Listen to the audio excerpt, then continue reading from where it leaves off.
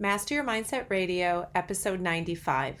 Welcome to Master Your Mindset Radio, the show where we empower you to conquer limiting beliefs and transform your world with your gifting and purpose. Now for your host, Elizabeth Nader. Hi friends, welcome back to another episode. We are almost at episode 100, which is really cool, very exciting.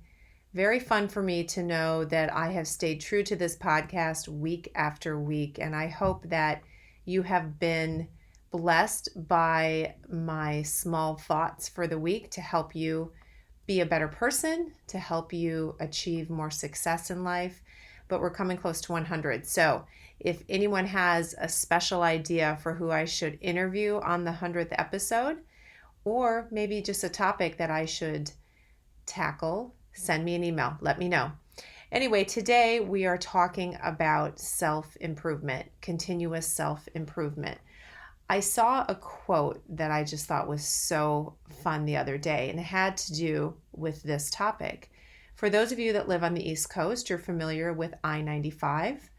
You're familiar with that interstate, and it's just a nightmare half the time. No matter if you're heading down it in New Jersey just to get down to the other side of the state, or if you're going from New York all the way down to Florida, or just trying to get to DC or back and forth, I-95 is usually a nightmare of some form. Tons of traffic, but typically under construction, constantly somewhere. So I saw this quote that said, "Be like I-95. Be constantly under construction, even if and even when it inconveniences everyone else."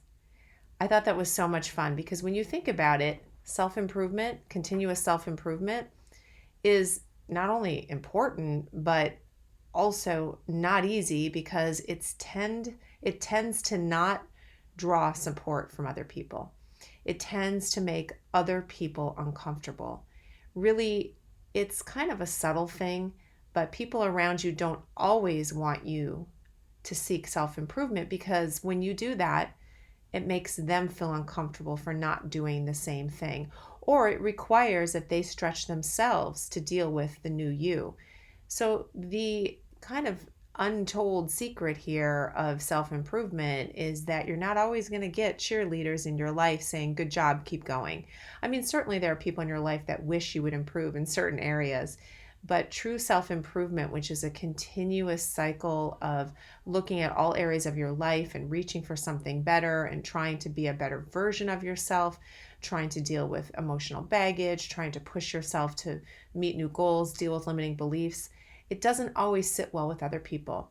There are several reasons for that, but we have to get comfortable with the idea that our self-improvement is not necessarily convenient for those in our life. And that's no reason to stop, but that's every reason to recognize that we may get resistance. One of the main reasons that self-improvement makes other people uncomfortable is it points out to them what they're not doing. And truth be told, a lot of people in this world just aren't committed to self-improvement. They may be for a while, but I personally think it's a way of life. I think that every day you have to stretch yourself. Every day you have to be willing to look at yourself and say, where do I need to improve? You need to be willing to identify limiting beliefs. You need to be willing to understand where you're falling short. And this isn't so much about your weaknesses as it is really shoring up your strengths and becoming a better version of who you are meant to be. But doing that work consistently, people see that in you. Some will cheer you, but many will feel intimidated by that or really more exposed because they're not doing that work. Now, it's a choice. That's what life is. Life is simply a series of choices. And as I always say to my kids, make good choices. But if it's a choice someone else is not making, they tend to not want to be around someone who is, because it just points out what's missing in their life.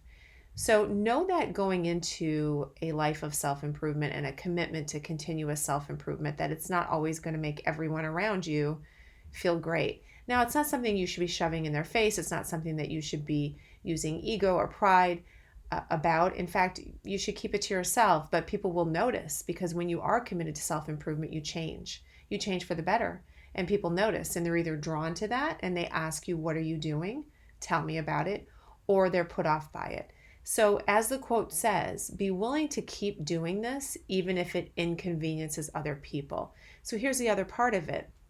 When you change, those around you are either forced to change or they'll get away from the change.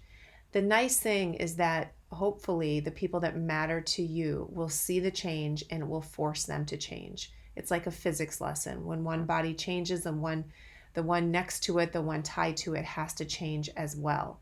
And that's really the beautiful part of self-improvement, that done correctly and done around people who are willing to see the benefits and are willing to put themselves in the same situation, it will be that sort of the rising tide raises all ships. And you can be that person by your commitment to self-improvement and your commitment to consistently looking for ways to make yourself better at who you are. People around you will be inspired. That's the other side of it. Those that choose that will be inspired and will want to be part of that. And so that's definitely the good side of it. That's definitely the part of it that says, I'm committing to doing this work myself, but I'm also hoping that those around me will see that self-sacrifice, will learn from what I'm doing, and will choose to do the same. So yes, it will inconvenience those, but the reality is as well that you become a good example to those around you. And I don't think that ever ends. I personally don't think you ever get to a point where you're done. There's always some part of your life that you can improve upon. When I teach about limiting beliefs, I often say once you've uncovered one, you work on it, you change it, you accomplish that turnaround, you conquer that limiting belief, you get rid of that toxic thought, then a new level, a new devil, as they say, another one pops up. And that's the cycle of life. That's what happens if we're reaching for bigger and better things in life, higher goals. If we're reaching for a better version of ourselves, then we will continuously deal with new limiting beliefs. So there will be new triggers in our life as a result of committing to new things, as a result of pushing ourselves. So they keep popping up. So this is not something that is one and done. This is not something that you finally get to be 50 or 60 and you say, well, this is it, this is me. In fact, one of the things people say is, oh, he or she is too old. They're set in their ways. You can't teach an old dog new tricks, but it's simply not true. It's simply a choice, really. It's a choice that you don't want to change anymore. And I think while I look forward every year to being more and more myself and being committed to being myself and just caring less and less what people think, I don't think that's the same thing as just saying, hey world, this is me, too bad. Because I don't want to double down on the sides of me that are not good.